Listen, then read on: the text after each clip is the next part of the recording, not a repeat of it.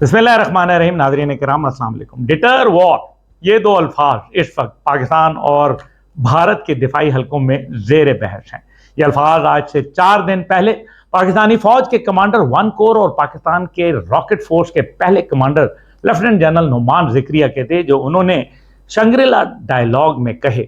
आज बात करते हैं डिटर वॉर का मतलब क्या है और लेफ्टिनेंट जनरल नुमान ज़िक्रिया ने इन अल्फाज के साथ मार्का हक का आखिर जिक्र क्यों किया। 31 मई 2026 को सिंगापुर में शंग्रीला डायलॉग के खसूसी सेशन में लेफ्टिनेंट जनरल नुमान ज़िक्रिया को commander of the newly raised army rocket force command के तौर पर मुतारिफ कराया गया। यह तारुफ ही दरअसल दुश्मन के लिए एक मुकम्मल और वाज़ेह पैगाम था। जनरल नुमान ज़िक्रिया ने सीधी बात की, जनरल हैं, सीधी बात करेंगे, और कहा कि 28 साल पहले चागी के न्यूक्लियर टेस्ट के बाद पाकिस्तान की डिटरेंस इन मफरूजों पर बनी कि दुश्मन बड़ी फौज, टैंक और बख्तरबंद डिवीजन लेकर हमला करेगा। लेकिन मई 2025 की जंग ने साबित कर दिया कि मैदान जंग अब बदल चुका है। अब जंग प्रिसीजन मिसाइल, मुसल्लह drone, electronic warfare, satellite surveillance और इंटीग्रेटेड एयर डिफेंस से लड़ी जाती है। इसके साथ साथ लेफ्टिनेंट जनरल नुमान ज़िक्रिया ने 3 नए खतरात भी गिनवाए। नई कमजोरियां, गलत अंदाजे का खतरा और फैसला साजी के वक्त का सुकड़ जाना, महदूद हो जाना। इनके अल्फाज थे कि नई टेक्नोलॉजी ने बैनुल रियासती तसादम और स्ट्रेटेजिक डिटरेंस की नौयत ही बदल दी। अच्छा, अब हम बात करते हैं कि डिटर वॉर का असल मतलब क्या है भाई। तो जनाब, पुराना फॉर्मूला सादा था, भारत हमला करेगा तो हम एटम बम चला देंगे।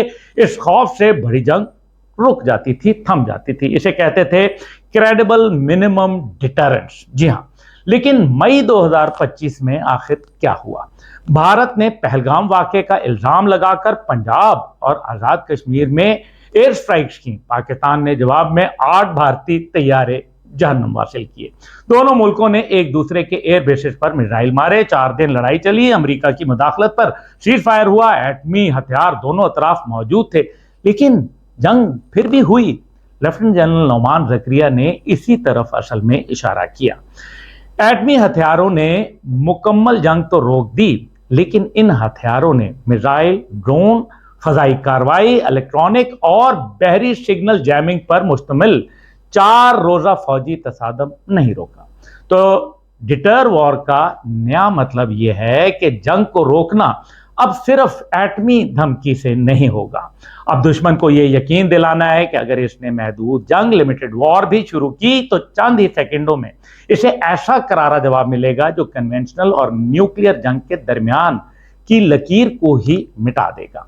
अब एक सवाल यह है कि इस मौके पर लेफ्टिनेंट जनरल नुमान ज़िक्रिया ने मार्का हक का जिक्र आखिर क्यों छेड़ दिया। दरअसल जनरल ज़िक्रिया ने मई 2025 के तसादम को एक नई जंगी डॉक्ट्रिन से तशबीह दिया। उन्होंने बताया कि इस मार्के में पाकिस्तान ने मल्टी डोमेन ऑपरेशन किए, यानी तीनों अफवाज ने मिलकर cyber, electronic warfare, intelligence, surveillance, reconnaissance, खलाई सलाहियत और इंफॉर्मेशन वॉरफेयर को एक साथ इस्तेमाल किया। नतीजा ये निकला कि भारत का ये नजरिया गलत साबित हो गया कि एटमी जंग की जो छतरी के नीचे महदूद जंग की गुंजाइश मौजूद है। इसीलिए जनरल ज़िक्रिया के अल्फाज थे कि पाकिस्तान के फैसला कुन जवाब ने जनूबी एशिया में जंग की गुंजाइश के तस्वर को मौसर तरीके से रद्द कर दिया है। अच्छा, इस दौरान मार्का हक का जिक्र इसलिए भी किया गया क्योंकि मई 2025 की जंग ने साबित किया कि पाकिस्तान अब 1998 वाला पाकिस्तान नहीं। अब जवाब सिर्फ टैंक से नहीं, ड्रोन से, मिसाइल से, सैटेलाइट से और साइबर से बैक वक्त मिलेगा, और ऐसा मिलेगा कि फिर दुश्मन को उठने का मौका नहीं मिलेगा। अच्छा, शंग्रीला में लेफ्टिनेंट जनरल नुमान ज़िक्रिया का तारुफ बतौर रॉकेट फोर्स कमांडर करवाया गया, जो दरअसल दुश्मन के लिए एक वाज़ेह पैगाम भी था, सिग्नल भी था। जनरल नुमान ज़िक्रिया ने कहा कि प्रिसीजन हथियारों ने फैसला साजी का वक्त इतना कम कर दिया है कि कन्वेंशनल और न्यूक्लियर सिग्नलिंग में फर्क खत्म हो रहा है। मतलब यह कि अब अगर पाकिस्तान कोई लॉन्ग रेंज कन्वेंशनल मिसाइल भी फायर करता है तो भारत को फौरन फैसला करना पड़ेगा कि ये न्यूक्लियर है या नहीं। ये compression of time he actually नया डिटरेंस है।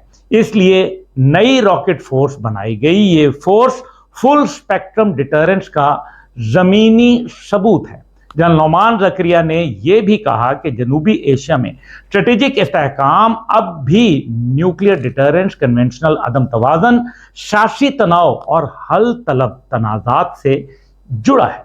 लेकिन इस पेचीदगी में चीन एक तामीरी और इस्तेहकाम का अंसर है। चीन इलाकाई राब्ते, इक्तिसादी ताउन और स्ट्रेटेजिक तवाज़न पैदा करता है। नाज़रीन इकराम, जिसका मतलब वाज़े और सिंपल ये था कि पाकिस्तान का डिटरेंस अब अकेला नहीं, ये इत्तेहाद टेक्नोलॉजी और जोग्राफिया के नए इम्तजाज से बन रहा है अल्हम्दुलिल्लाह। आगे क्या, 3 लेयर वाला नया डिटरेंस, यानी मई 2025 के बाद पाकिस्तान का डिटरेंस अब 3 सतही या 3 लेयर्स पर है। नंबर 1, न्यूक्लियर लेयर, ये अब भी मुकम्मल जंग को रोकेगी, ये रेड लाइन वहीं की वहीं मौजूद है। Number 2, rocket force plus precision layer, अगर भारत स्टैंड ऑफ रेंज से ब्रह्मोस मारेगा तो पाकिस्तान का एंटी शिप बैलिस्टिक मिसाइल इसके कैरियर को डॉक में ही खत्म कर देगा, बंदरगाह पर ही दबो देगा इंशाल्लाह। और number 3, multi domain layer, lieutenant general Noman Zakaria का शंग्रीला खिताब भारत के लिए एक वार्निंग भी थी, चेतावनी भी थी और एक डॉक्ट्रिन भी थी। वार्निंग ये थी कि महदूद जंग, लिमिटेड वॉर का ऑप्शन अब मेज पर नहीं, तुम पहला मिसाइल मारोगे तो जवाब फुल स्पेक्ट्रम आएगा और टाइम लाइन इतनी सुकड़ चुकी है कि वो जवाब न्यूक्लियर दहलीज के बहुत करीब होगा। डॉक्टर इसलिए थी कि डिटरेंस अब क्रेडिबल मिनिमम नहीं रहा, बल्कि अब ये क्रेडिबल टाइमली मल्टी डोमेन है। रॉकेट फोर्स, साइबर खला, EW सब इसका हिस्सा है।